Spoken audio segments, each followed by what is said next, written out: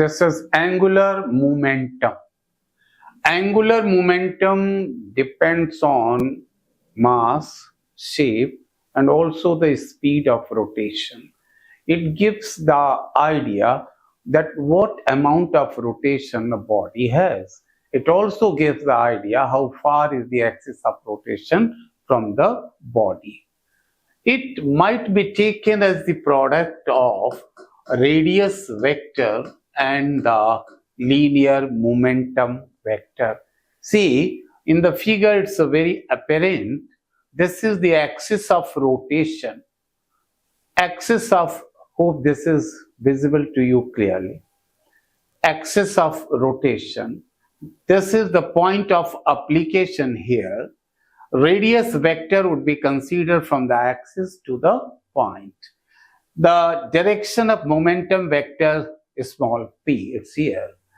Then angle between P and R is theta. This R sine theta equal to capital R. What is capital R? That is the perpendicular distance of the axis of rotation from momentum vector. If you just simplify in the form of vector product, you might say this is equal to PR sine theta, that is P into R. P into R, what is that? This is the product of perpendicular distance and momentum. We might say angular momentum is equal to the product of linear momentum and its perpendicular distance from the axis of rotation.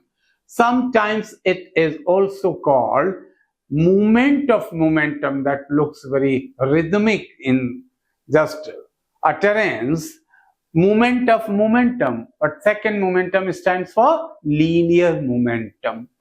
It could be written as mv into r, this as well.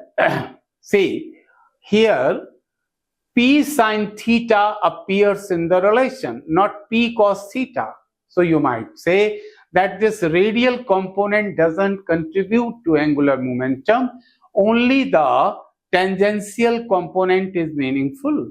You can also say if the point lies on the radial vector, then the angular momentum about it shall be equal to 0. You know this relation J equal to R cross P. If we differentiate this whole relation, we'll find R cross dp dt, then dr dt into P. See, this is dj dt. You might write delta j delta t. This is R cross nothing but force. You know, force is equal to rate of change in momentum. So this is equal to force. And here, this thing I write separately, V cross P. V and P both are linear. Obviously, their cross product shall be equal to 0.